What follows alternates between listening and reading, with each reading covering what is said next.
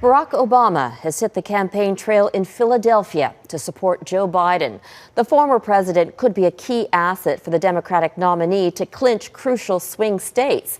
Our Mike Armstrong is in battleground Pennsylvania tonight. Mike, this is Obama's first appearance in this campaign. Why is he stepping up now? Well, Robin, Barack Obama's plan after leaving office was to avoid politics and in particular to avoid criticizing his successor.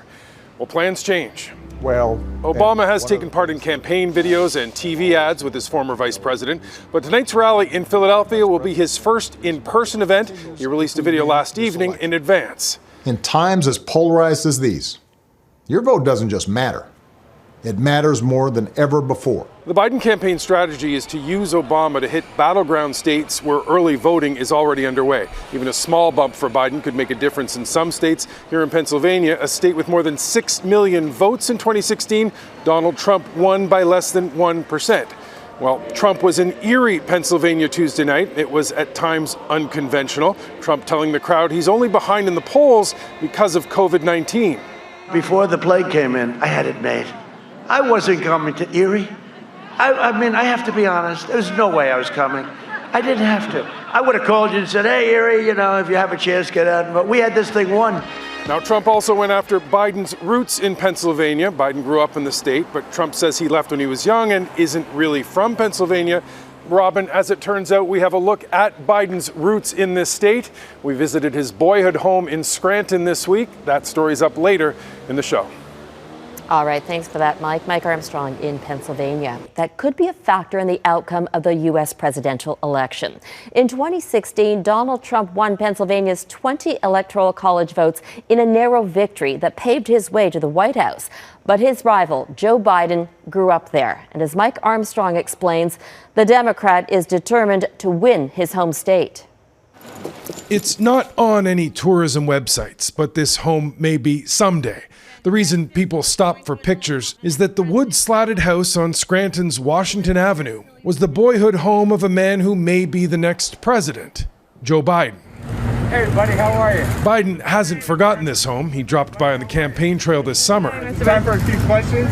No, I just came to see Ann. Now, that Ann he wanted to see is the new homeowner. Sort of. It's hard to call Ann Kearns new, considering she raised a family in the home and has lived in it for close to 6 decades. He's been here now, I think, about 11, 12 times.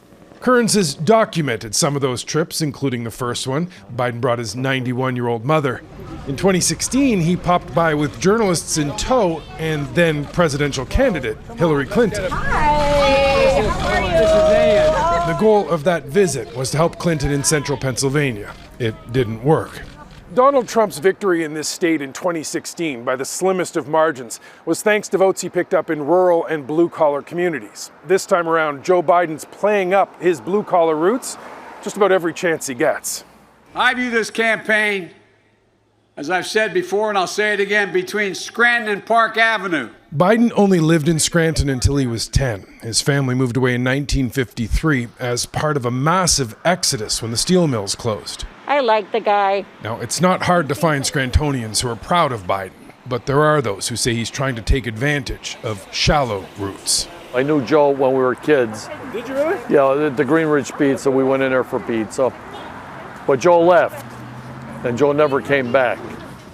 Well, he's come back enough for visits that the Kearns family regrets a change they made years ago. As a boy, Biden had carved "Joe was here" in the molding of this window. We, not knowing he was going to be vice president someday, had removed that.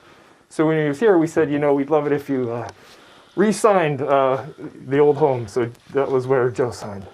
On top of everything else that's on the line in this election, there's even more for the Kearns family. The next 2 weeks will determine whether the house eventually becomes an official tourist attraction. Mike Armstrong, Global News, Scranton, Pennsylvania.